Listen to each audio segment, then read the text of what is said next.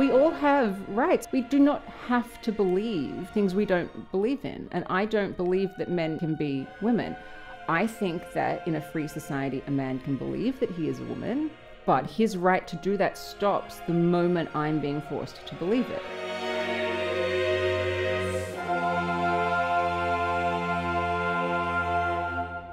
Welcome to the Shape of Dialogue, Sall. Thank you so much for joining me today. Thank you so much for having me. Yeah, it is great having you in New Zealand.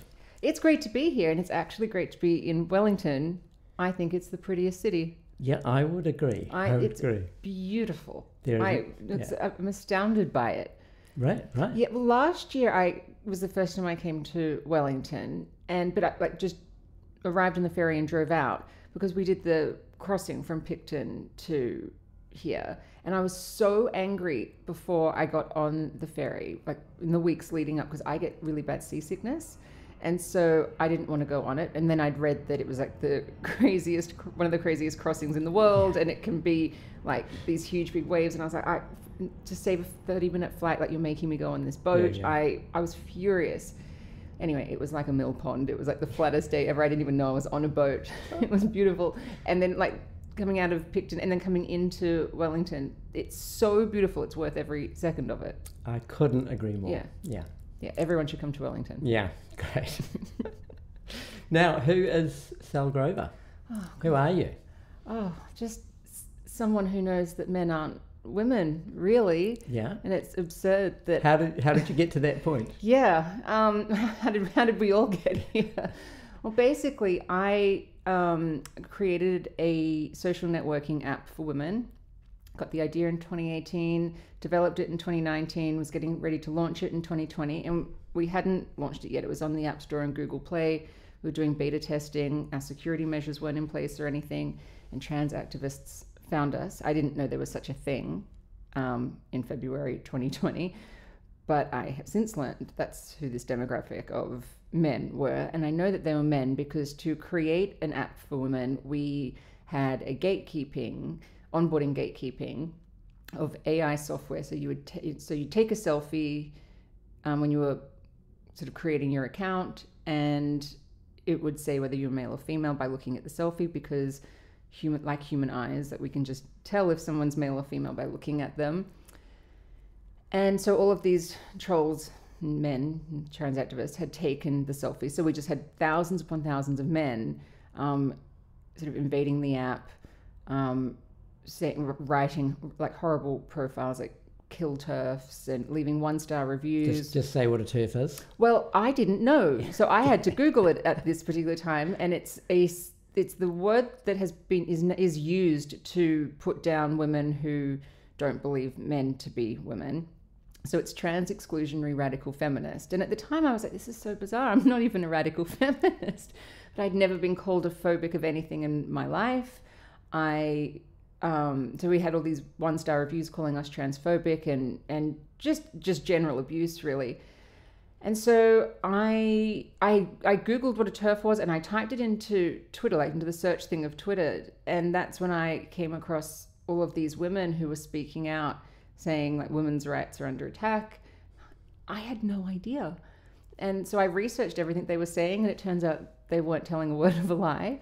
And so basically I was the company Giggle was cancelled right out of the gate. All of them, anyone that was... In what way was it cancelled? So we had media that was going to work with us to help launch it. Any company that we were working with prior to being called transphobic. So you became a pariah. Oh, completely. Like to this day, they've never responded to any emails from me. But so it went from, nice working relationship to radio silence. Just forgot that I existed. And this is across the board. Every single one. Every single professional outfit. Every single one. There was no conversation about. No, nothing. No one came to our rescue. Nothing. It was petrifying. But at the same time, I was quickly trying to learn as much as possible, and I was like, this is so ridiculous, and this is so preposterous. I said to my mum, let's just tread water, because my mum and I run the company, it's like ours together. I said, let's just tread water. This will blow over. We haven't done anything wrong. So I was right that we haven't done anything wrong, but I was wrong because it hasn't blown over just yet. I think it will eventually, but it definitely hasn't just yet. And so we just decided to keep it going, to keep Giggle going. And, it's this app for women to, if they could, there's lots of different reasons you could use it. It was to find roommates, to find freelance work, lesbian dating, just general emotional support. We had a female-only sort of like Twitter style thing. It was just a place for women to hang out. It was a digital online space for women. That's it. And basically, after a few months of learning everything, or not learning everything, but sort of starting to learn everything, I decided to start speaking up because I was like, I didn't really feel I had a choice. No one, as I said, no one would speak to me. No one would came to my rescue. No one would help me. So I was like, I'm going to have to help myself here, and I'll speak out about it. And not just because of Giggle being under attack and wanting to defend it, like that was definitely part of it, but also, I am a woman and these are my rights as well. I'm also just a member of society and I care about truth and reality. I now have a daughter. I want her to have rights. But I actually think like all people should have the right to freedom of speech, freedom of belief, and freedom of association, which is what I came to learn, what gender ideology is directly attacking. So I've been speaking out ever since, and it's brought me to Wellington. Can we just drill down into a bit of your backstory? Yep. So just tell the audience about your screenwriting experiences, and maybe before that, you did a philosophy major. I did, well, so I did a Bachelor of Film, and then I did a master's degree in journalism because I'd realized that I'd just sort of studied to have what are essentially no qualifications for anything. I mean, you study film and it's like, great, but what am I really going to do with this? I knew I wanted to do screenwriting, but I did journalism as like a backup. Like, so if all else fails, I could be a journalist. So I've sort of come, and now I am sort of doing a little bit of journalism. So I've come to that in the weirdest way possible. But anyway, and then I went and did a master's degree in philosophy, but I didn't graduate from that. I'm one credit shy from actually finishing that. And what sort of area of philosophy? I did ethics.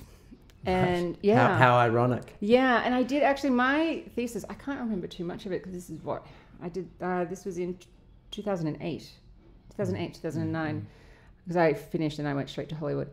I did my thesis. It was about dishonesty and ethics.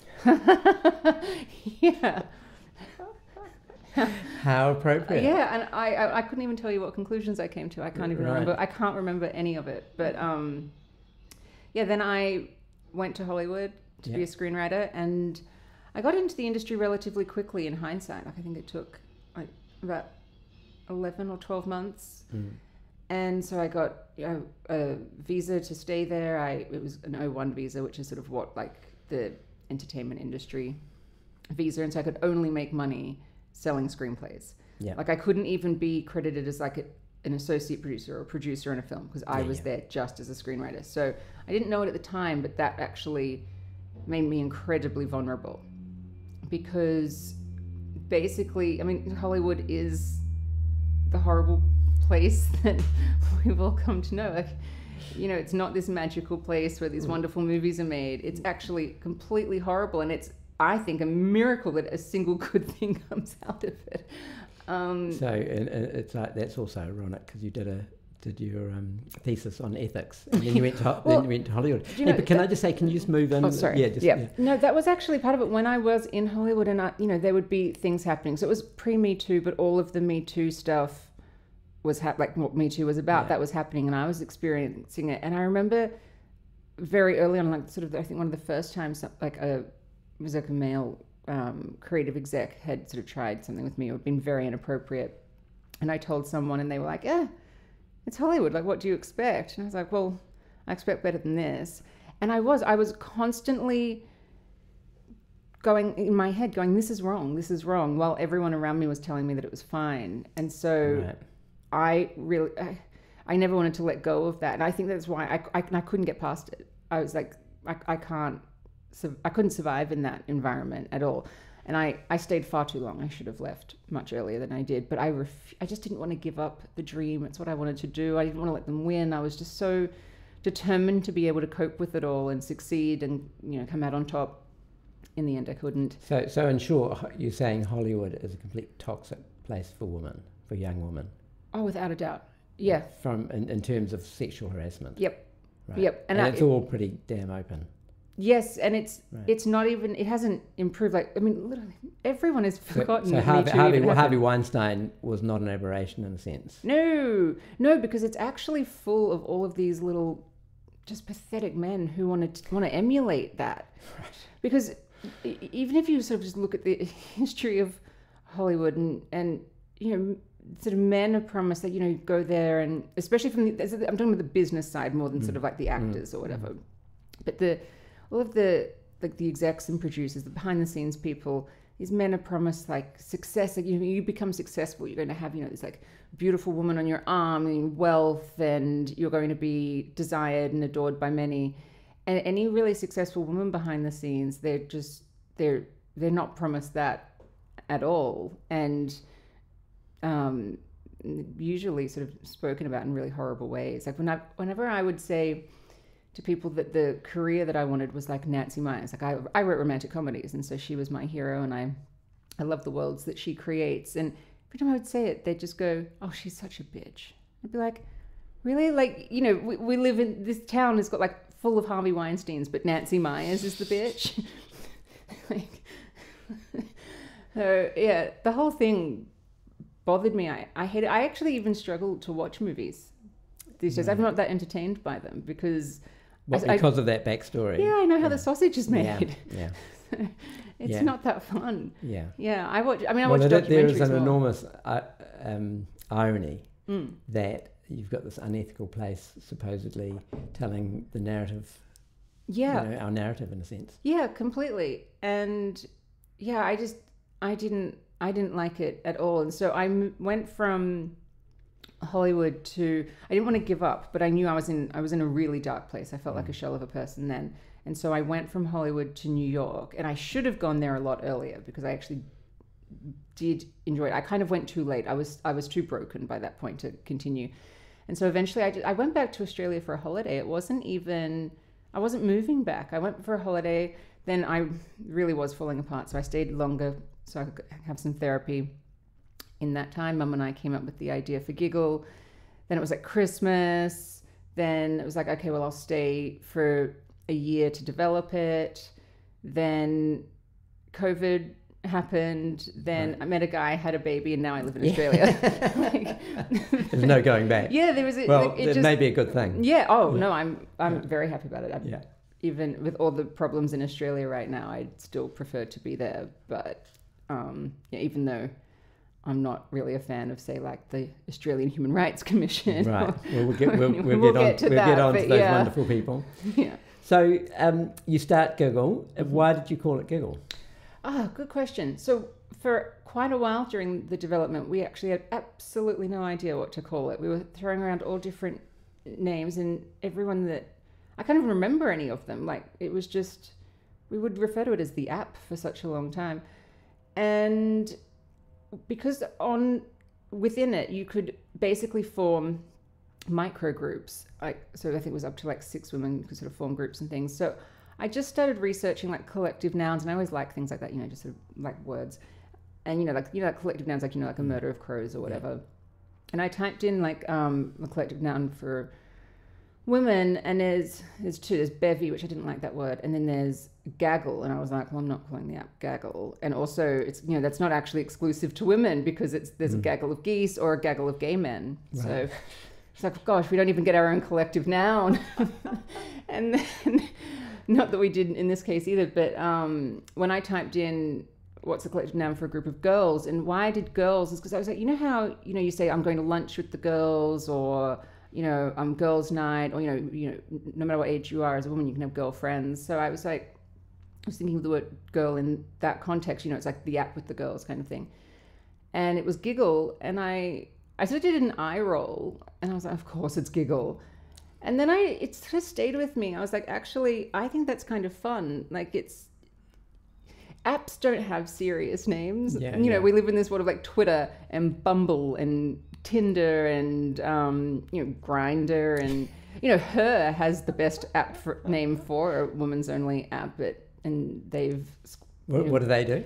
Well, Her was a lesbian dating app, but now it's an app for men who claim to be lesbians. Right. So yeah, they've really wasted the Her. Should be changed name. to him. It should be changed. Yeah, exactly. Like it's like, please give me the name, but like, I want the Her. But anyway, so no, and I actually, the more I thought about it over a few days, I was like, actually, I really like Giggle. It's fun. It's a bit silly. Like it's not to be taken seriously, but it just sort of fit in that. Like Google, like I mean, these are pretend words. Yeah, yeah. And I'd also remembered that like Steve Jobs had named Apple because he wanted a name for something that was just above this. There was a competitor at the time, so that's why. And I was like, oh well, Giggle would be right above Google. Not that they were competitors in any way, because it's not even doing the same thing. But I was like, oh, that's just cool. I just liked it. And then Gig is techie. I don't know. It just to me, for whatever reason, I was just like, oh. But isn't it a collective noun for a young woman? Well, girls. Girls, for girls. Okay, but I was just using it in in the context of like, girlfriends group of girls. But that's what it is, a collective noun for a group of girls. Yeah. And little did I know it would eventually become part of the funniest, stupidest court case name of all time. Well, let's talk it's about too that. Perfect. It's too perfect, yeah. So I feel like there were some women who were a bit critical of the name Giggle at the beginning, but I would just say to everybody, I think it was all worth it. It's all planned. Yeah, it's all worth it for this payoff. Well, tell the audience why it's so funny, why it's so ironic. So basically, I'm being taken to court by a man who claims to be a woman, and his name he goes by the name of Roxy Tickle, and so it makes the court case Tickle v. Giggle. And like in my screenwriting days, if I had been writing a movie about gender ideology and I made like a central court case of it, Tickle v. Giggle, like the first script note you'd go would be like, no one's going to believe that, like it's too on the nose, it's ridiculous, like please take this seriously. But here we are. Tickle v. Giggle is now my big part of my life. Yes. So he's taking you to court. Yeah, so he's taking me to court. So on what grounds?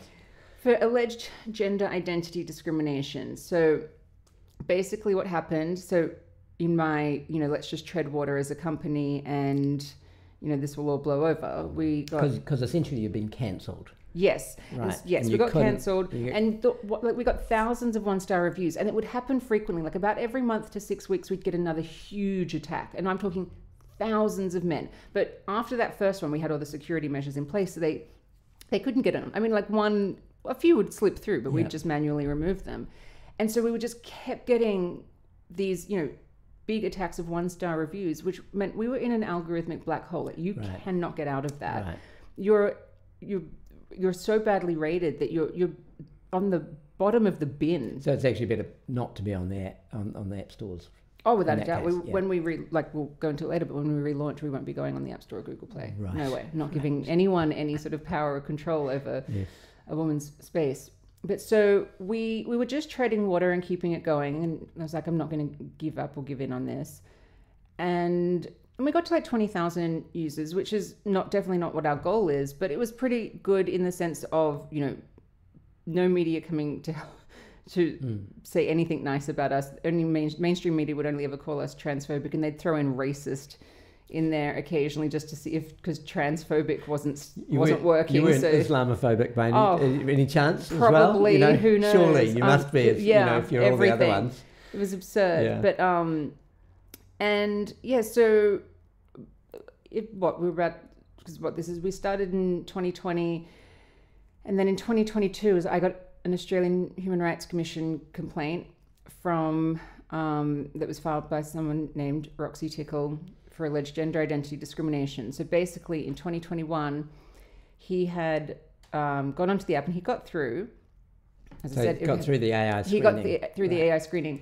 We had it set to 94% accuracy because we found it was the best. It didn't kick women off, like it didn't deny women. And occasionally it would let a man through, but we'd just remove him manually, which is exactly what happened here. So I don't remember removing him because it happened we just removed them. I don't remember. There's like many others. I mean, I just don't remember them. I wouldn't be able to pick them out of a lineup. So so he got through, and then in a few months, at some point, I don't know when, because I don't know when I even kicked him off. This is when I first sort of became aware of this person existed. I got a call and a text on my phone, basically saying like I've been removed from the app. And because all a user needed to use the app was a phone number, I just typed, and he called and texted my phone. So I typed the phone number into the server, because no one had ever called or texted my phone before or since. Like no user, potential user, former user, no one. And I just saw a picture of a man because he'd taken the selfie, and I was like, "Oh, that's a man." And I saw he was already blocked. I'll put his image on the video just to make it very clear that this man is actually a man. There is no doubt. Yeah, he's not even trying really. Anyway. Nope. Yeah. And so I called my dad and I said, "This guy who's been blocked from Giggle has called and texted my phone. What should I do?" Because I was really freaked out by it. And my dad just said, "Block his phone number from your phone and don't tell your mother." Because Mum, she sees the death threats that I have gotten, that other women get. She sees all the attacks that we get, and she does get fearful. And she's a good protective mum. And so I didn't tell Mum, and then so I just tried to forget about it. And you know when something like freaks you out and you just try and pretend it never happened. So that's what I did. Didn't think much more of it. And then I got the AHRC complaint about 2 months after that. And I remember when I opened the email and I was like, "Oh shit, I'm gonna have to tell Mum. This sucks." And HRC, Human Rights Commission, the Australian Human Rights Commission, the federal body of human rights that they're there basically to. They're supposed to be there to make sure that laws are working and that everybody's human rights are taken into consideration and protected, and that is in no way what is happening at the moment. They've been completely captured by gender ideology. So it's now the Sex Discrimination Commissioner is actually against the concept of sex having any sort of substance in law, and it's now she's only ever talking about gender identity and gender equality. Again, the irony. The sex. Yeah. What's her title? The Sex Discrimination Commissioner. And she doesn't believe that there is such a thing as sex. Well, I have absolutely no doubt that if you put her on a lie about and actually asked her these questions, she would actually admit that yes, there is biological sex and it matters, but that is not part of her current job description, although it's her job title. Right. It's quite bizarre, I think. I'm not a fan. Just articulate what gender ideology is. Okay, so gender ideology is transgenderism, is this concept that people have a gender identity and it can be different from your biological sex. Helen Joyce, I think, says it the best. She wrote the book Trans: When Ideology Meets Reality. She calls it like a sexed soul. So it's because this whole thing is very religious. It's why it's very it's an ideology, because it's sort of saying that we've got this soul. They call it gender. So a lot of us have known gender either to be a polite synonym for sex or a linguistic concept. So you have masculine and feminine words in language, or sort of there was a feminist sort of thing of masculinity and femininity. And this was sort of gendered expression in a way, I suppose. But what gender ideology does is say that they're trying to basically say that it's this real and immutable thing. And if your gender identity doesn't match your sexed body, then you can take drugs and get surgery to try and just emulate the opposite sex, and then that will help your gender identity. None of this makes sense. They've sort of flipped it because they've made gender identity primary. Yes. Rather than sex, which is actually biologically primary. And then we have a sort of like I could dress up as a woman, put makeup on, and I'd be having the accoutrements of femininity. And so that's really what gender used to mean. Yeah, they want gender identity to be the most important factor in law and in society, that basically, and if you claim that you are, so if you're a male human being and you claim that you're a woman, then that you are. Like they're saying that man and woman are actually just gender identities. Magically, by making a claim in words, yes. I've changed the universe, the material structure of the universe. Exactly. And so, it's just, even when you try and explain it, and you're like, I can't even believe I'm saying this, because it is quite ridiculous.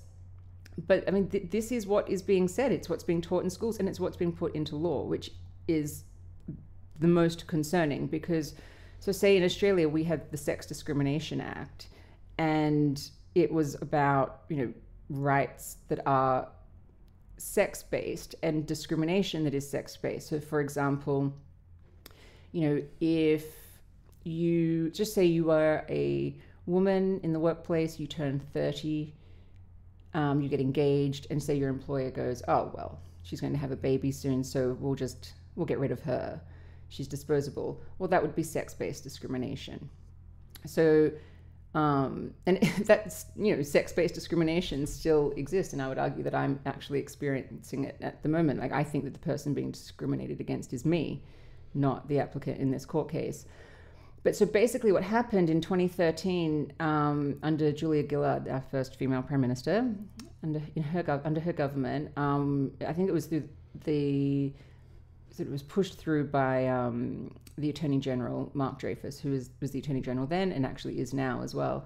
They made amendments to the Sex Discrimination Act to put gender identity in. So they took away the definitions of man and woman, which were adult human male and adult human female, and they put in gender identity, and they gave it a definition. It's a circular one. It's basically gender identity is gender identity, but it's basically gender identity is your mannerisms and behaviors that might not match your biological sex, but your biological sex doesn't matter. And if you say you're a man or a woman, you are. So basically completely muddling this very important piece of legislation. And it's not that they didn't take anything else out. So everything else is still there. But once you take out the definition of a woman, you've really, who's this act for? Well, part of the function of the law is to instantiate truth. Yes. Right? Yeah. Quite an important function. I thought that was actually the only thing that was there to do. And so they're actually instigating a lie. Mm-hmm. Yes, and so trying to lie into law. Yeah. So what are the downstream ramifications of that? Yeah, particularly for women and girls. Yeah, a lot. And either when they were doing this, either they didn't look to any of the implications of this, or they did. So they were either incompetent or malicious, or potentially both. So when you or they just had really good intentions. The road to hell is paved with good intentions. Yeah, I don't think they did, because when you go men can be women and you put that into law, it doesn't even take long to realize that means that you can then put male rapists in women's prison, so you're basically going to be rewarding rapists. It's happening every day. That's happening. Yeah. It means that women are getting raped in prison. Yeah, every day. By men. Yeah. It means and sometimes sex offending men who've had a history of sex offending. Yeah. It's happened in England. And exactly, and it's just like is that insane or is that insane? And there's so many trans activists will say, no predator would ever pretend to be a woman. It's like, predators look for any loophole. Do you know what a predator is? The definition of predator. Yeah, they'll do anything. But so it's a honeypot. Yeah, I mean, basically, you make it means that any male predator can just say he's a woman and he can go into to female bathrooms and change rooms, and maybe he just sits there and watches. Is something. Voyeurism is something. It's a thing, and it's actually a criminal offense. But I mean, this is another thing. How is it in conflict? Like, we don't have any right to say no to this anymore, but a man can just be sitting there watching us. So it takes away women's sports. I mean, women's sports there's many sports where it just doesn't even exist anymore. I was reading today actually in snooker, pool in the UK, out of the 5 titles, the 5 different championship, big things that you can win, a man who claims to be a woman has won 4 out of 5. So it doesn't even, that's it. It's the women's category is done. So essentially what Gillard and her friends are saying, we don't give a toss about women in a sense. They don't care about women's only spaces. sport. It was amazing. Like, this was sort of happening behind the scenes while Julia Gillard was giving her famous misogyny speech. And just remind the audience what that was about. She did a on the floor of Parliament. She was talking to Tony Abbott, who was the opposition leader, and she the famous line from it is, "I will not be lectured on misogyny by that man." And I'm like, well, I'm sorry, I will not be lectured on misogyny by this woman. No, you took away our rights and you're leaving it up to a private citizen to clean up the mess. Because at any point right now, legislators could go, oh yeah, hang on, there is a conflict in the law. And I know that they're aware that there is a conflict in the law, because when so I'm jumping a little bit ahead, but when the Australian Human Rights Commission intervened in Tickle v Giggle, which they have, in their application to intervene, they said there is a conflict of sex and gender, and I was like, oh yes, there is. Like, that is the TERF position. Welcome. But they're trying to solve it with gender identity of just that. We'll just trump everything. Yeah, right. And so, it just doesn't work. You can't solve the problem with the problem. Right. Like, Well, also you can't solve a problem with a lie. Exactly. Yeah. I mean, I don't believe in any of it. I don't think that anyone even has a gender identity. This is a completely made up concept. There's no proof for it. There's no evidence for it. I have no doubt that there are some people who might be very uncomfortable with their biological sex. Like that, there's a pretty big history of that, of just, of it happening to some people. But I don't think the treatment for that is to indulge the discomfort and then tell them to live a lie. What a horrible treatment. Like, shouldn't it be finding a way to get that person comfortable with the body they have and reality? Because you wouldn't tell an anorexic that you wouldn't indulge it and tell them, oh no, it's completely valid how you're feeling about your body. Yeah. Let's go and give you lap band surgery and diet pills and completely destroy your mental and physical health. But we're sort of valorizing victimhood. That's a bit of a trend at the moment. Yes. In certain circles. Yeah. So I feel bad about X, therefore the whole world has to change because I feel bad about X. Yeah, and I don't know, that's just not how I was raised. I mean, I'm born in 1984. It's not like I'm not ancient yet, but I was definitely not raised by yes parents. Right. It was, I had great parents, but if I had a stupid idea in my head, it was not indulged. I was challenged and told to think and, sort of live in the real world. But so anyway, they have, they're indulging this and allowing men to be women in law. And it's men who claim to be women who are the massive problem here. Like, yes, there are women claiming to be men, and yes, they are causing problems for gay men. That definitely is an issue. It definitely is an issue, and I would never minimize it. But overall, women claiming to be men are not taking away as much as the men claiming to be women. I mean, there's no men's sport that is under attack. For the most part, male spaces aren't under attack, except for some gay male spaces. And, there are awards that go to men who claim to be women. There are scholarships. Well, the New Zealander of the Year last year or the year before, was a man claiming to be a woman. Laurel Hubbard? No. Oh, there's another one. I can't remember. Just so the audience knows, Laurel Hubbard is this very overweight, out of shape, masculine-looking man. Just a dude who is a pretty mediocre weightlifter who went and participated amongst women in the women's Commonwealth Games. And won. Yeah. And it's very odd when you watch the footage of it. You have all these, the commentators who are sports jocks saying she's this, she's this, and it's like, sorry, I'm looking at a man, so it's very Orwellian. I won't do it. I will not call a man she under any circumstances. I'd prefer to be held in contempt of court even. I feel I could do a night in prison so long as I wasn't in a cell with a man who claims to be a woman. I think I could do it. But so back to Tickle v Giggle. Yeah. So basically I got an Australian Human Rights Commission complaint for gender identity discrimination, and how it works is the AHRC is there to stop things escalating to federal court if they can, that you can go to conciliation and settle it, and hopefully everyone moves on with their life. However, for me to settle it, I was being told that I would have to let this man who claims to be a woman on the app, let all men who claim to be a woman on the app go to sex and gender education, which could only be re-education.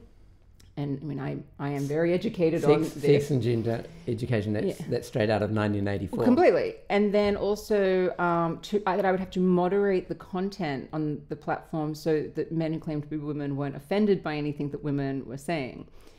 And I was like, no, I'm not agreeing to any of this stuff. And how would you do that? Even if you intended to, how could you possibly do that? Because you have no idea. I have no idea what's going to offend you, and vice versa. You know, there's infinite things that I'm offended by every day. Yeah. You know, that's called living in the world. Exactly. Called being an adult and having opinions. Like, you should be offended by some things. That's thinking for yourself. Yeah. Yeah, I don't even know how you do it, because I've never even given it a second thought that it would be something I would ever do. So I have absolutely my point is that that stipulation is not possible, even if you had good intentions. No, it's not possible. It's also because if you did do it, there still will be someone who is offended by something that you on your app. I mean, I'm offended by the request. So checkmate. Yeah. So quite the catch-22. Yeah. But also, like, within like what the AHRC was saying to me, like, it was that I was treating a trans woman different to use their language, like treating a trans woman different to a cis woman. Just say what a trans woman is a man pretending to be a woman. Yeah. So they were saying that I was treating trans women different to cis women, and I was like, first of all, guilty. Yes, I am, but it's on the basis of sex, because he's a man. Cis is just a woman. So basically, woman. They were saying you're treating a man different to a woman when being a woman is what matters. And it's like, well, yeah, I am, because of course I would be. And then on top of that, this idea that I was treating one different to the other, but I was like, you want me to as well, because there's no woman who said, can you please go and moderate all the content? Or there's no woman who is saying, oh, I've edited my birth certificate, can you just accept that? Or taking me to court. So everything about it has been completely different. Like, there is no woman that would ever have to do an Australian Human Rights Commission complaint to get on the app. She'd just be on the app. Like, it literally takes a man for this to even happen. So I said no to conciliation in the AHRC. I was also 15 weeks pregnant when I got the complaint. And by the time we were going back, like after going back and forth, so by the time it was like the time to make the decision, I think I was about 30 weeks. And I'd found out at 20 weeks that I was having a girl. So while they're banging on to me about assigned sex at birth and lived experience, I was like, well, funny you should mention lived experience, because I'm having one over here that contradicts everything that you're saying. And, just really highlighting how much of nonsense this was. So I said no, knowing that it was a risk that he could escalate it and file in federal court. And I remember the night, I was telling someone this just the other day, actually, I hadn't thought about it in a while, but I remember the night that I'd instructed the solicitor, like, no, I'm not going to go to conciliation. I'm not going to agree to any of this. There's absolutely no point. I'm not putting myself through it. And I sat there and I was like, okay, is this the beginning or is this the end? I have no idea. Anyway, so with the AHRC complaint, you have, once it's dismissed from there, they advise the applicant of what they can do, and they have 60 days to file in federal court, and he filed on the 60th day. So I got a barrister, solicitor. It was like, okay, here we go. And I was told, was I told then, or maybe a little bit before, that like basically because they'd made these amendments in 2013, so the law is muddled, the AHRC is not on our side, we're going to have to challenge the law and change the law. And I was like, okay, well, how do you do that? Well, you do it with what's called a constitutional challenge. And with the Sex Discrimination Act, it was put into law because Australia had signed CEDAW, which is the Convention of the Elimination of Discrimination of Women, which is a UN convention, and it's basically a international Bill of Rights for women. It was created in 1979. Now, they do not define what a woman is in there, but if you read CEDAW, it is very clear who they're talking about. It's a completely biological document. There's no There's no mistake. They probably didn't define it because it probably wasn't necessary. Of course you did. It would. It's like when you're using language, you don't define every word. Exactly. I mean, in 1979, everyone knew what a woman was, and so 189 nations have signed CEDAW. And put it into law in varying degrees. Australia and New Zealand are quite unique. We've really just put CEDAW in our law in full. You guys did it with the Human Rights Act. We did it with the Sex Discrimination Act. So we signed it in 1983. You signed it in 1985. We enlivened it in law in 1984 with the Sex Discrimination Act. So then cut to 2013 when they did these amendments, they put gender identity in. Now, there is no mention of gender identity in CEDAW. In CEDAW, men are not women, and if you have to keep the legislation in line with CEDAW, otherwise you're in breach of it. So enter a constitutional challenge, which is what we're doing. And so you're saying the law is actually out of alignment with CEDAW, therefore it's actually not lawful. Basically repeal the amendments, get rid of them, and make the Sex Discrimination Act for women again, and men for when they need that. Put the word sex back in the Sex Discrimination Act. Put the definition of woman, put the definition of man, and get rid of the definition of gender identity. Go put it in some other act if you want. Create the Gender Identity Discrimination Act. Knock yourself out act. Yeah, like you totally can. But the thing is, there'd actually be absolutely no reason to do that, because if you had a Gender Identity Discrimination Act, it is utterly meaningless unless it is replacing sex. It plays no role in life. You can't do anything with it. So the only way it works is if they're actually creating this conflict and trying to force everybody to believe it, and that's why they do it. So yeah, I mean, when we were like, that my barrister said that we're going to have to do a constitutional challenge as part of the defense, and I was like, brilliant, like let's change the law, like let's end this. Was at this point was what, like July 2020, and 2022, sorry. So I'd been 2.5 years of dealing with this nonsense, turning my life upside down. I was like, yes, end it. That's exactly what I'm here to do. Like, that's why I wanted to start speaking up, because I want this to stop. But he actually withdrew then. This is Tickle. Yeah, he withdrew the court case, and so we were like, oh my God, okay, well, we'll chalk that up as a win. Like, did he get scared? We didn't know. And then, unfortunately, 6 months later, he refiled on the same claim. So this is why it's been going on for such a long time. Normally, this would have been resolved by now. Like, we would probably be in the High Court by this point. But we're running behind because, he withdrew, then he refiled, then the court had to decide whether it would go ahead or not. And we had the hearing for that in April of last year, and then it was around May, June of last year, the federal court said, yes, it's going ahead, it's in the public interest, which I agree with them. I think it is in the public interest to resolve that men are not women.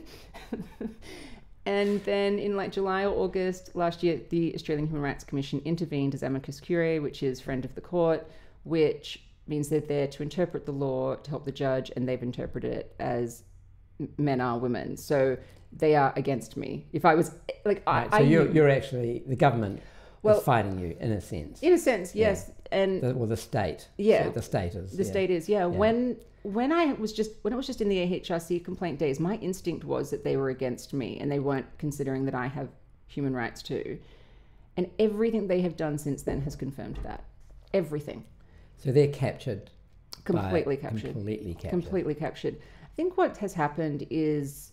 And this is why they're not prosecuting real human rights. Yeah. I mean, when I say just I mean sort of I'm talking about all of us, but Us being women. And men, we all have rights. We do not have to believe things we don't believe in. And I don't believe that men can be women. I think that in a free society, a man can believe that he is a woman, but his right to do that stops the moment I'm being forced to believe it. Like, we all tell ourselves ridiculous things to get out of bed in the morning. Like, we've all been having tough times in our life, and you have to say, "Oh, you're brilliant," and you go, "I'm really not feeling brilliant." But we do tell ourselves little lies to keep ourselves going. So I don't begrudge that. And if a man likes to wear a dress, okay, well, we live in a liberal society. Totally. You can do whatever you want. I think actual progress would be saying it's totally fine for men to wear makeup and dresses. Well, I mean, I'm a little bit more cautious of it than I might have been because I know too much about autogynephilia, which is, while they're always saying it's gender dysphoria. Just explain what autogynephilia is. So while they're always saying that it's gender dysphoria that's causing this, it's not. It's autogynephilia, which is a fetish. It's when a man is consumed and turned by the idea and turned on by the idea that he is a woman. So it's a complete sexual they fetish. get aroused by dressing completely up aroused. in women's attire and putting on makeup. They used to be called cross-dressers. Now the Australian Human Rights Commission calls them women. Right. And so I mean, like, so what we're both agreeing on in a liberal society, that's fine. You can knock yourself out. Of course. But I mean, in one of the podcasts I was listening, listening to you, you said you're a fan of John Stuart Mill. Yes. So let's bring John Stuart Mill in here. Yes. So just in case anyone doesn't know, 19th century philosopher wrote On Liberty, which is a canonical book about liberty and what we can do and can't do. And I always really liked his harm principle, which was basically you can do anything you want so long as it doesn't harm another person. But it turns out what he didn't see coming was these morons redefining the word harm. Because what did John Stuart Mill mean by harm? I mean, basically that you didn't have, that there was no negative impact on anybody else. So, but he didn't mean, if I get upset about something. No, that wasn't enough. Psychic harm. Yeah, that wasn't enough. But the best example in the modern world that I would say is like bike helmets, for example. Your decision to wear a bike helmet could be just your own because you're not harming anybody else in that, but you might harm yourself, but that's your right to do it. I don't know if I like this philosophy as much as I do when I was younger because of this weird zeitgeist we're in that has turned everything upside down. Well, they've just extended the term harm to mean psychological harm or whatever. Not even harm, it's just disagreement. Or whatever I define as harm. Yeah, exactly. Right? So, not validated. So there's no objective standard. Yeah, exactly. Sense. So nothing works. Gender ideology breaks down everything in society, from laws to categories to definitions of words, our language, philosophies, everything. It does not work in a secular society. You can only have it in some sort of authoritarian dictatorship. On that, make that case further, because I was guilty of this. I got an email from a listener, and she said, "Are you going to do the trans issue?" And I was like, "No, I'm not going to do the trans issue," because at the time I thought it's just like it's madness. I don't want to get involved. I just think it's crazy. Yeah, I don't think it's worth spending any time. And she was actually a philosopher. And she wrote back and persuaded me, that it does have ramifications. Yes. So what are those ramifications? Okay, so if we change categories and so they're meaningless, how does anything work from there? Where is the line? Where do you stop? So at the moment we're dealing with, saying men are women, right? And you're seeing that then everything that happens that was created for women then becomes something that is actually against women because it's for the men who claim to be women now. So everything's a 180. Then you've got, the only way that works is you have to force everybody to see, and I say works as in the only way it could possibly keep going is if everyone's forced to believe it. So then you don't have freedom of belief anymore. You don't have freedom of speech. So any organization that was for free speech is now an anti-free speech place because it's got to enforce this lie. And it just keeps going. It just trickles down from there. Nothing. Absolutely nothing. It's completely Orwellian. Yeah, it's completely Orwellian. Categories and being correct about what something actually is really important for all of society. It's how things run on time. I'm sort of just looking out the window and seeing ferries or trains or whatever. We have an order in society so that we can live our lives. And it's premised on reality. It's on reality and truth. And things that actually are real in the world rather than just what we believe. Exactly. Right. And so if you have a situation where the state is forcing you to believe the opposite of something, so it's a lie, but it's specifically the opposite, you're then constantly having to think about what you like, what do I mean, what's true, what's not, your critical thinking faculties are gone. And if we don't have them, what do we have? What's the point of anything? So I think this is like the most serious issue in society at the moment, because it is attacking humans at our most basic instinct, which is knowing who a male and who a female is. This is an evolutionary, necessary skill. It is a survival instinct. And now they're putting into law that you are not allowed to acknowledge that. Well, it's actually sort of humans are premised, or all biological replicating entities are premised on sex. Yeah, it's a really important part of our lives. And I'm not saying that it means like that you have to behave a certain way. Like that's what feminists were fighting against, is that it doesn't mean that a woman has to stay home and just be a housewife and look after children. I mean, that there were these sex-based roles. They were called gender roles for a little while, and then this has been co-opted and changed. But let's just talk about what it actually is in reality. There were some really strict sex-based roles. There still are in certain cultures that can be quite limiting. And there are some men, for example, who'd prefer to stay home and be stay-at-home dads, and I think that's wonderful. So we sort of wanted to create this more fluid society, to borrow one of gender ideology's words, but we wanted a society where people you could create a life of your own imagination, like whatever you really wanted it to be. That has just been taken so far in the wrong direction of being like, well, not only can you create your life to be whatever you want it to be, you can create reality for everybody else to be whatever you want it to be. And that's what does not work. I mean, if I think I'm a fairy, I don't actually have any rights to make you say I'm a fairy. Completely. But you're welcome to. Like, but I can knock myself out. Yeah, exactly. Yeah. Just hold on. So what's the media's response been to your experience? Have you approached them? Yes. So I sent out the first press releases for Tickle v Giggle just before the hearing last year to Australian media, and literally not one responded. I frequently contacted media, like I would give them updates of like, this is what's happening. And so you're talking about all the legacy media, ABC, Sydney Morning Herald, The Guardian, The Project, which was on Channel 10. And this is what will eventually be a constitutional challenge. They did report on Tickle v Giggle the week it was in court, but they didn't do any lead up to it. Right. So for anyone who did finally find out that what was happening, it was like, oh, this is like weird and I've never heard about this, which could make it seem less significant than it is. It was always reported in the media that, this person is a she, not a he. Always the tone of like, I'm in the wrong. ABC News alleged that I was harassing him.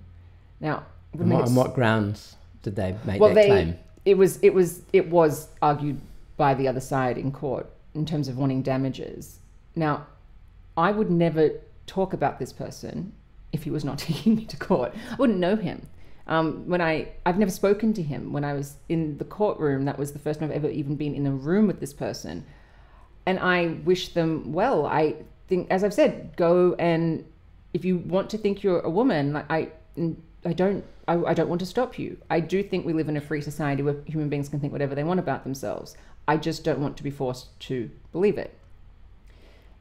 And so I have to talk about it to media for two reasons. One, because I think this is a really important issue and I think people should know what is going on. And no matter who it was that had taken me to court or who was doing this to me, that's the person I would be talking about. So I'm not exactly talking about an individual. Like I'm not making a character assessment on somebody. It's just this person is claiming to be a woman. They're not a woman. Clearly, that is objective truth. Anything else about their personality, I'm not aware of because I don't know them. But also I had to crowdfund to pay for the court case. And so I wanted the media to bring attention to it. Because we ended up succeeding. We had to raise $500,000 if we go to the High Court, which we more than likely will, it will be another $500,000 to $750,000. So you're in the lower courts now. Well, the federal court is federal, the federal court. Right. But if you are going to appeal a decision in the federal court, you go to the High Court. And the High Court's like the Supreme Court. It's the final court. Yeah, it's a court of appeals basically. So it's the high. After that, there's nowhere else to go. Yeah, other than moving country. But yeah, so the media has been horrible. Australian media in particular is a nightmare. They're completely captured, and we don't even have that many like people like you and like the platform, like these places like that New Zealand has, these sort of emerging oppositional media. Really? There's not many in Australia. No, I mean Britain is doing brilliant. They're leading the way in this of their fantastic podcasts that are coming out. So that was going to be my next question. So the podcasting world, that was my saving grace. What's the reception to you has been completely different? Completely different. Right. But what happened was in about February of this year, I was starting to panic because we weren't getting the word out, and I wasn't I didn't know how I was going to raise the money. I was like, I need help. And I contacted a great podcaster, Andrew Gold in the UK. He's a Heretics podcast. And I just said, like, would you please have me on? And he was like, oh, I'm so sorry. Like, if you're in the UK, yes. He'd made this promise to himself that he would only do in-person interviews. And I was like, that's fine. That's like, you're entitled to make that choice. And then I was like, oh, damn it. Why would I be going to the UK? And then I went, well, why not? Like, if I just actually arrange a bunch of different things, it would be worth my while to get the word out there. And the UK was brilliant. So my experience with the UK press is completely different to my experience with Australia. You're talking about legacy press as well, legacy media, or just the podcasting? Just the podcasting. I mean, Daily Mail has been a little bit okay with me, but not nearly enough. And they just have such a wide reach, which I wish that the Daily Mail I wish they'd do a bit better in this issue on a whole.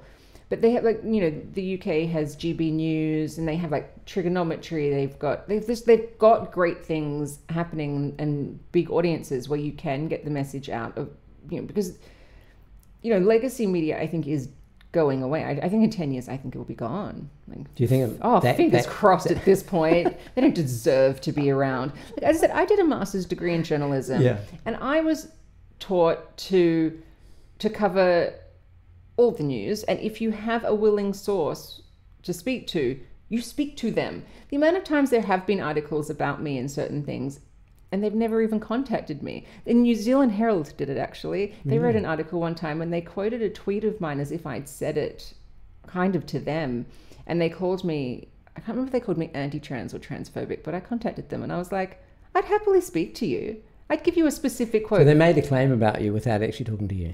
Yeah.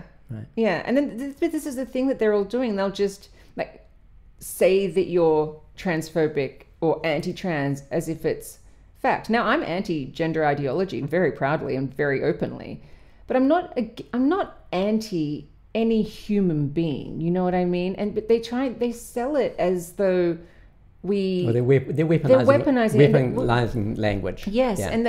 and how then these overly victimized people are then saying, they want to the TERFs want to genocide us. And it's like, most TERFs are middle-aged women with children who care about women and children's rights. Yeah. They're not sort of classical feminists in a sense. They're not planning a genocide. We just want our own rights. Like if politicians, like if legislators could find a way to have trans rights that do not impact anyone else's rights, they are welcome to them. Try it. Find a way. But it doesn't work. Gender ideology doesn't work unless it is actually taking away other people's rights, because that is what it is. It is an authoritarian ideology. Okay, drill down on that. Because as we've been saying throughout this whole interview, a man can think he's a woman if he wants to, but then nothing really happens there, does it? Like he's just thinking it. He's not getting any validation from that. No one's treating him like how he perceives a woman should be treated.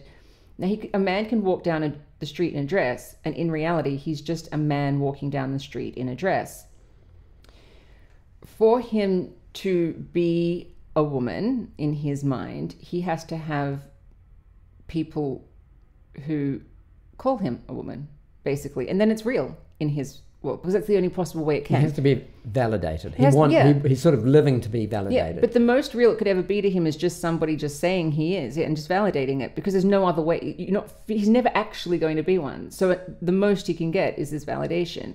So he needs to be able to go into women's spaces, into women's sports, and then in his mind, he's a woman. There's a sort of an extreme narcissism about it, isn't there? Oh, without a doubt. But it's completely authoritarian, because you have to force other people to go along with it, because no one is going to naturally have this instinct on their own accord.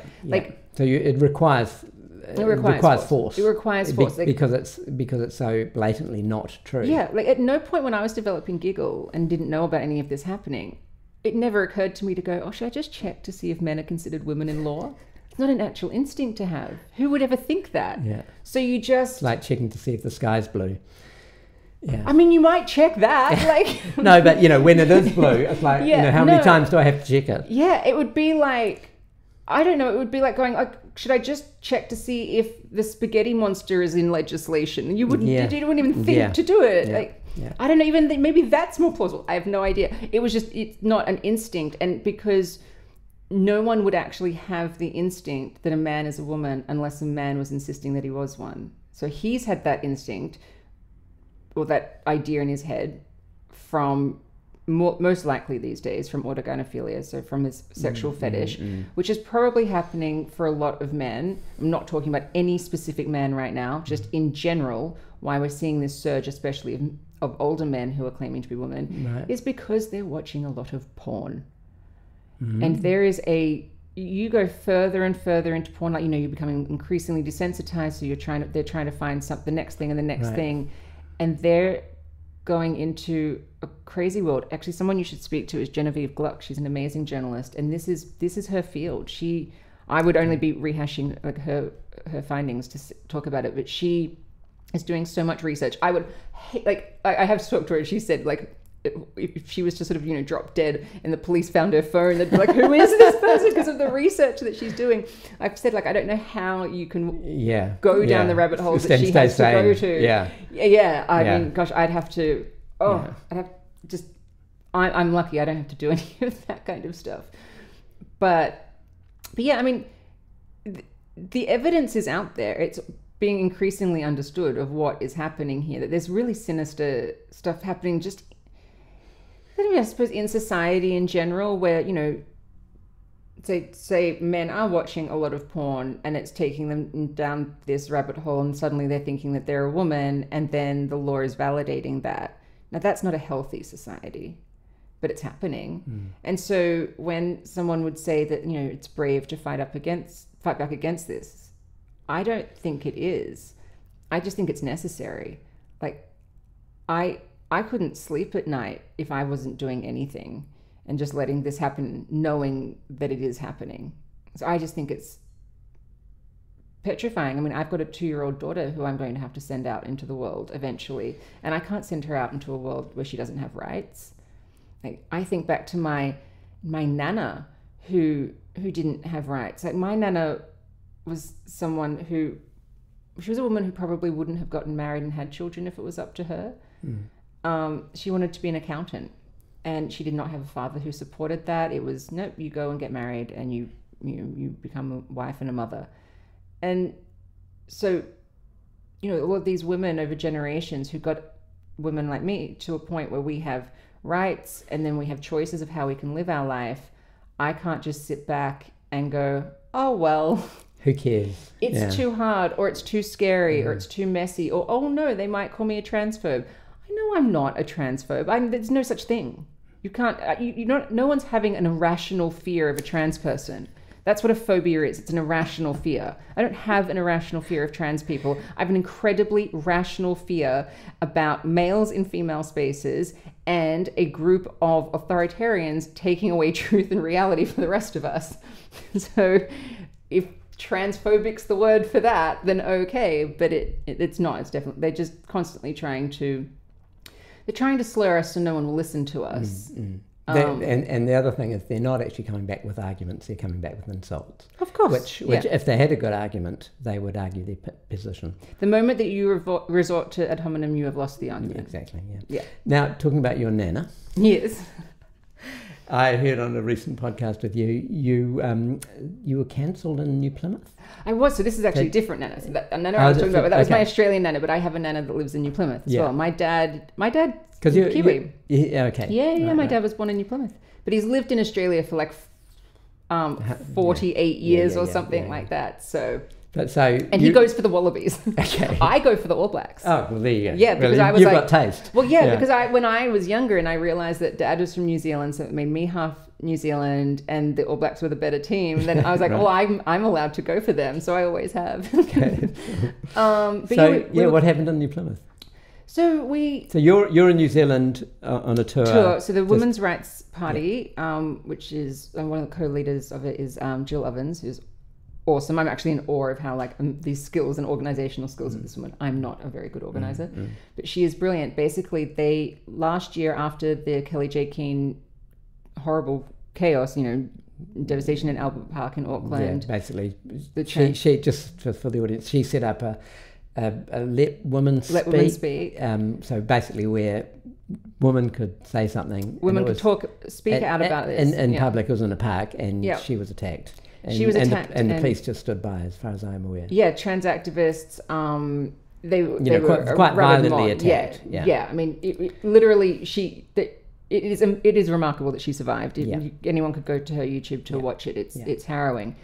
So anyway, Jill and Dawn, I can't remember. I don't know Dawn's last name, but they decided to start the Women's Rights Party in response to it, and sort of start just do what they can to protect women's rights and get back women's rights in New Zealand. So they asked if I would come over to New Zealand to talk about Tickle v Giggle and women's rights and the New Zealand Human Rights Act, because there is plans to put gender identity into it. So Tickle v Giggle is the canary in the coal mine for any New Zealander stupid enough to think that they should put gender identity in there. Also, as I said, New Zealand's Human Rights Act is based on CEDAW. They are not allowed to.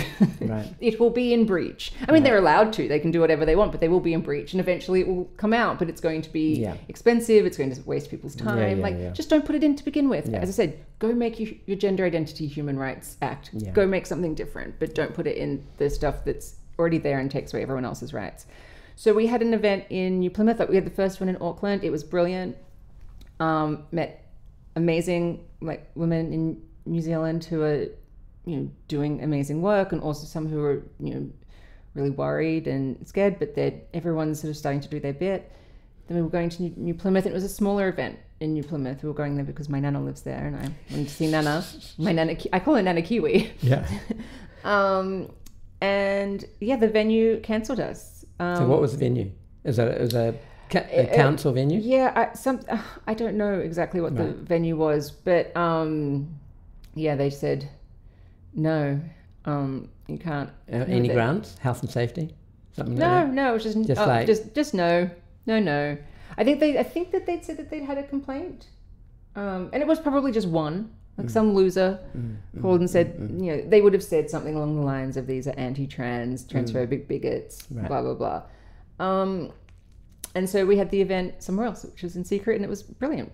It went ahead. Yeah. I mean, I'm just interested and very concerned about cancellations.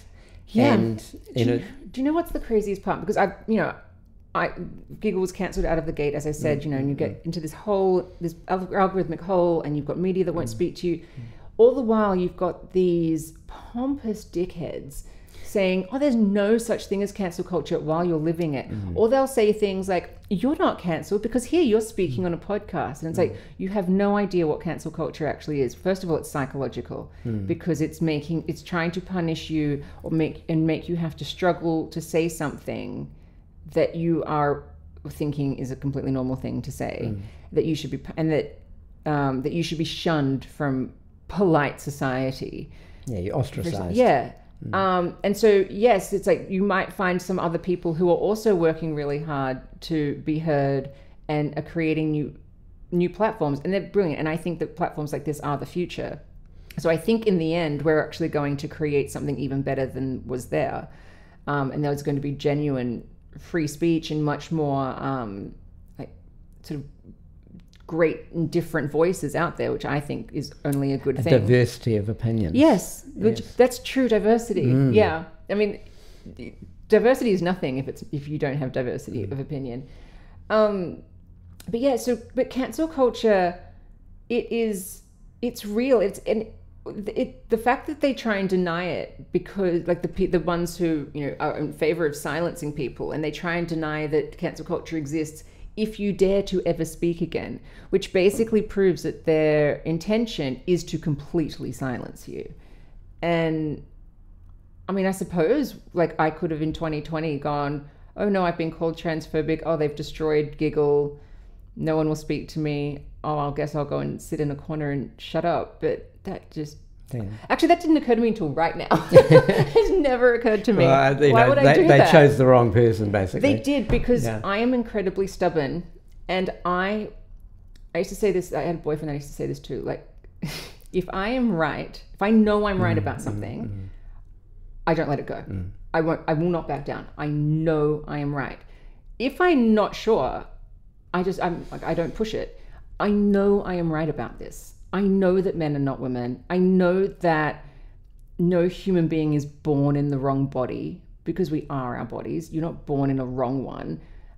I know that, that women's rights have already been won and matter, and we need to maintain them. I know that freedom of belief and free speech are really the most important parts of any civilized society. If we don't have it, we've got nothing else. So I just know I'm right. So again, I've never felt it was brave. I'm saying like the most obvious things. No one should get flown to New Zealand to say men are not women. Well, we had a prime minister, the previous prime minister. I don't know if you're aware of this. Yes. And I'll put the clip in here. But he said a woman is whatever you want it to be. I remember that. Something like that. That's the prime minister of a Western democracy. Sean. I just wanted to ask you, given comments by Keir Starmer in Britain, how do you and how does this government define a woman?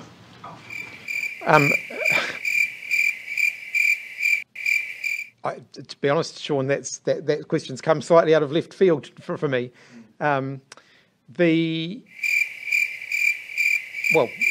Biology, sex, gender. People define themselves. People define their own genders. Keir Starmer has said that he believes 99.9% of women do not have penises. And I know it's a strange thing for him to say, but given recent events in New Zealand, I'd ask again, how do you define what a woman is? Well, I think as I've just indicated, I wasn't expecting that question, so it's not something that I've pre-formulated an answer on. But in terms of gender identity, I think people define their gender identity for themselves. Self-identification? Yes. What about, if you like, an official or a wider societal sense?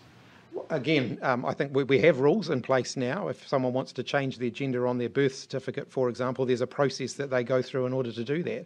I haven't got the process chapter and verse in front of me, but it's available. Anybody can look it up and see what that process is. Just one follow-up. You described that you thought some of Posey Parker's views were abhorrent.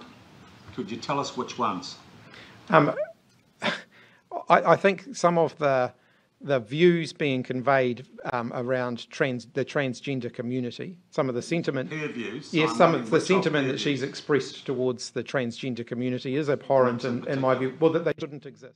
Yeah, but I mean, we've got a prime minister who, Anthony Albanese, who actually did go on Piers Morgan when he was and say that a woman is an adult female, and then dropped it very quickly after that. So he said the right thing, but it's not like he's doing anything about that. Like, because of like with what constitutional challenge we're doing, legislators could go, oh yeah, there is a conflict here, we should resolve it, because it's our job to resolve conflicts in the law, and let's appeal the amendments, because that's what's creating the conflict. And because there is no compromise in this, there's no way like, how can we make it that some men are women? No. Like there are some people that try and do that like, oh, if they've had hormones and surgery, and cut off their genitals, appropriate parts of their anatomy. Yeah, but women aren't castrated men, and so I love that line. and so it's not. There's no literally. It is actually all or nothing here, and the only compromise is that a man is welcome to think he's a woman and he can walk down the street wearing whatever the hell he wants to wear, but he can't make anyone believe it. Essentially, there is a truth, and that needs to be instantiated in yes. law. What are your thoughts on what's been done to children in this space? I think it's a human rights violation, and I think that what is being done to children is what's going to ultimately end all of this. I'll tell you my prediction. I think that the big lawsuits will start of children who were given hormone, like puberty blockers, cross-sex hormones, and surgery when they were very young. And just be specific with surgery. We're talking about cutting off breasts. So for females, it would be cutting double mastectomies and hysterectomies, and then for males, it will be removing. Is it actually castration? Yeah, complete castration, like the whole penis and testicles. Block and tackle. Yeah, everything. Right. Yeah. And then they often then they go and have other they'll have like boob jobs and whatnot. I think when those kids.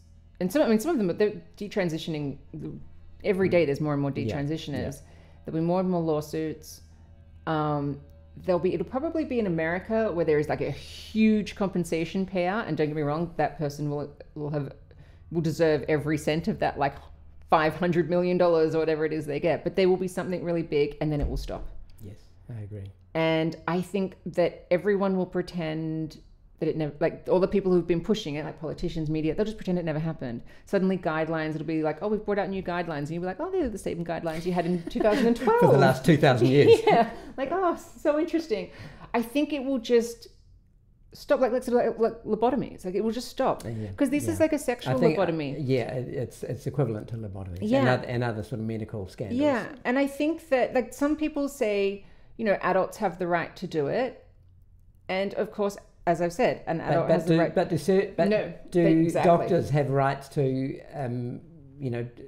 perform lobotomies on people? Exactly. No. We don't go. I really want a lobotomy. Yeah. You're the doctor. You're not going to give it to me. Exactly. We don't go lobotomies, body autonomy. Yeah. No, they're not right. And I think there are lines in the sand. Yes, and I think it's a particular type of evil to tell someone that by taking these drugs, having these surgeries, they're changing sex, and then performing them, and they're not changing sex. Like the whole thing is a lie. Bits of. Yeah, it's completely cosmetic. I have this thought experiment. If I cut off my legs, am I still a man? Yes. If I cut off my arms, am I still a man? Yes. If I cut off my penis, am I still a man? Yes. Yes, exactly. but not in trans ideology. No. I'm suddenly magically a woman. Yeah. Yeah. Yeah. But I mean, in trans ideology, you don't even have to do cutting off anything. I mean, and it's because you've got two things happening with it. You've got them pushing these really extreme surgeries, especially on young people, saying that, they have to take, gender affirming care saves lives and whatnot. But at the same time, they're saying, oh, there's totally such a thing as a girl dick. Right. And lesbians have to accept my girl cock. So it is just completely linguistic philosophy, and the goalposts are moving constantly. Yeah. To fit the ideology. Yes, and because it is it's a war on language, and so and reality. Yes, yeah. And so that's why I won't use any of it unless I'm like quoting. So if I have to say like, oh, I have to quote, they've said trans women and cis women or something. I'll if I'm just referring to what someone has said, it's the only context I would use it, but I would never use it myself. As I said, I would never call a man she. I'm not going to call a person they, them either. Like, I mean, the only time you would do that is if you don't know who you're talking about, kind of thing, or there's a lot of people. I'm not. If it was grammatically and linguistically correct. Correct, exactly. I'm not calling just someone a minor thing. Ziza or any of this. No, I'm not going to use any of their language. I'm not saying assigned at birth. I'm not saying that. I'm not going to give any of it any validation, because if you give an inch with these gender ideologues and the activists, they will take a mile. And basically how we got here of it being this crazy was saying that just if you have the surgery, then that's okay. So I think it would be absolutely insane to do that again. No, I think the whole thing has to stop. I don't think an adult man has the right to go and call himself a woman and then force everybody else to believe him and, you know, just sort of bring down, you know, all of the pillars of civilization as we know it just because he wants to. No, he doesn't have that right. I don't think everything they're saying, like trans rights are human rights. Well, just every person has a human right and we all have the same human rights. And what they're asking for are privileges, and that to get those privileges while taking away everybody else's rights. And in fact, when you have gender identity in law and it's like superseding sex, the only demographic who benefits from that are the men who claim to be women. Even other people who are in this trans umbrella don't benefit from it, because the women who claim to be men still rely on their sex-based rights. It's how they play sport. The non-binaries rely on their sex-based rights in law because it's all they've got.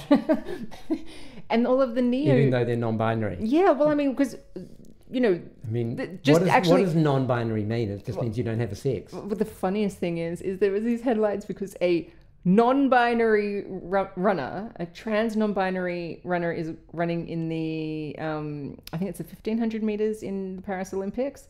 It's just a woman running in a woman's race. Like, literally. I mean, who cares what she calls herself? It's completely irrelevant.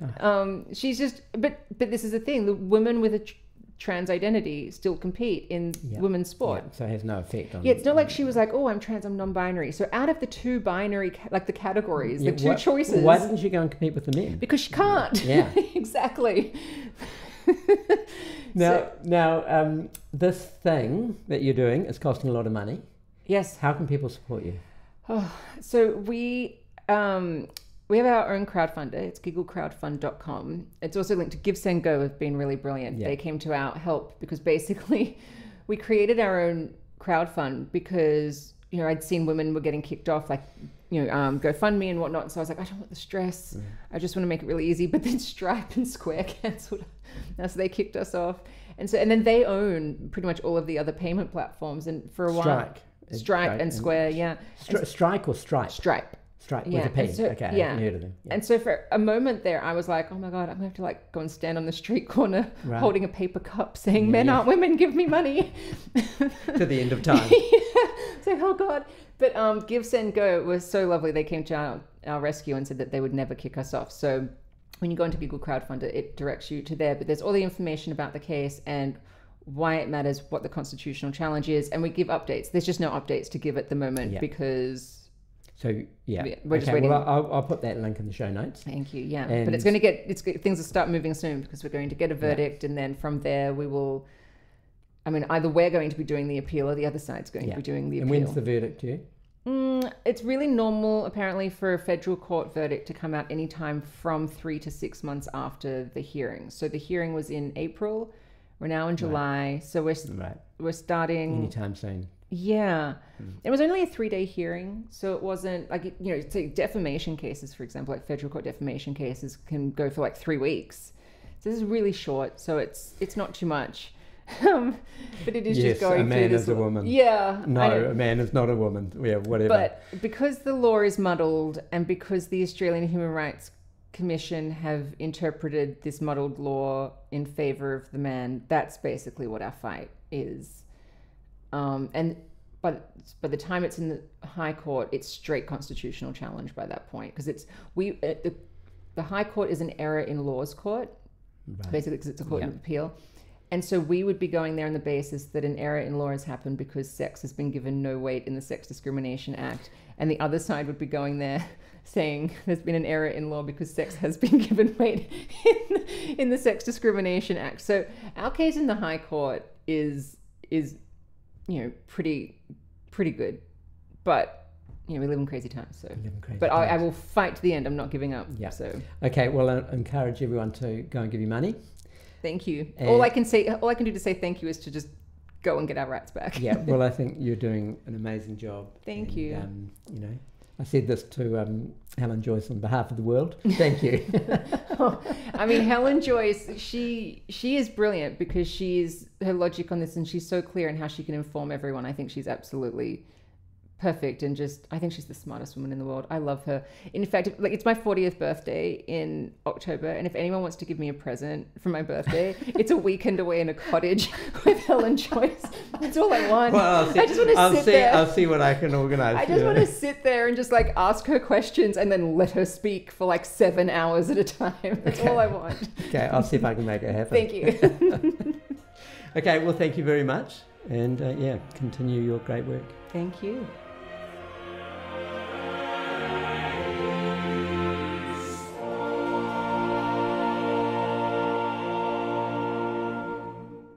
To help the Shape of Dialogue grow, please subscribe, like and comment and share it to all and sundry. Many thanks.